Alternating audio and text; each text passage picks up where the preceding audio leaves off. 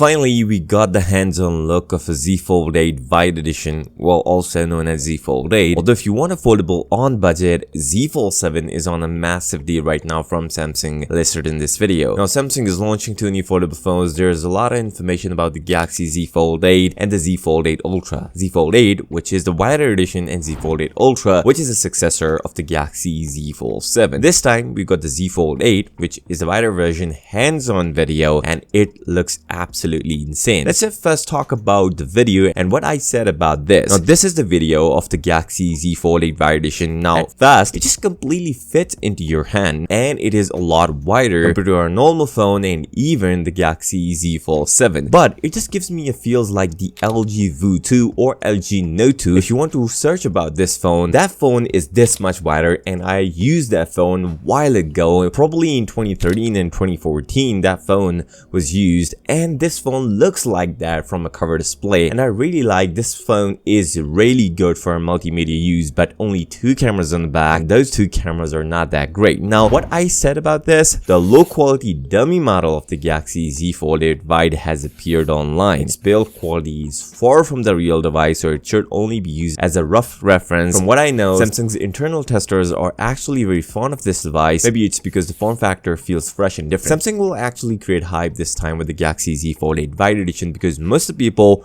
would go with the Galaxy Z Fold 8 Wide compared to the Galaxy Z Fold 8 Ultra. And there's one more reason why Samsung is thinking the Galaxy Z Fold 8 Ultra and Z Flip 8 will be the successor and not the Galaxy Z Fold 8. There's a reason because Z Fold 8 Ultra got more into it compared to the Galaxy Z Fold 8 because we got one less camera on this phone, it got wider profile, but the internals are less compared to the Galaxy Z Fold 8 Ultra. But still, people want to try out this new phone, and I also want to try out this new wider foldable phone. Well, we got more details about the Galaxy Z Fold 8. Samsung is launching two new foldables this year, but what about the pricing of these new foldable phones? Because we talked about different pricing schemes of the Galaxy Z Fold 8 and Z Fold 8 Ultra, but no news sources suggesting we may see a price increase on each of the devices. Well, it's not confirmed what we are going to get with the Galaxy Z Fold 8, the wider foldable phone, but the Ultra is actually going to see a price increase. I already talked about Z Flip 8 is also going to see a price increase, which barely see any upgrade. Now, I should never said the original Fold 8 has been renamed to the Z Fold 8 Ultra. The only explanation is that the price has become even more ultra. So this indicates we may see a price increase on the Galaxy Z Fold 8 Ultra. Now let me explain how they are going to increase the price,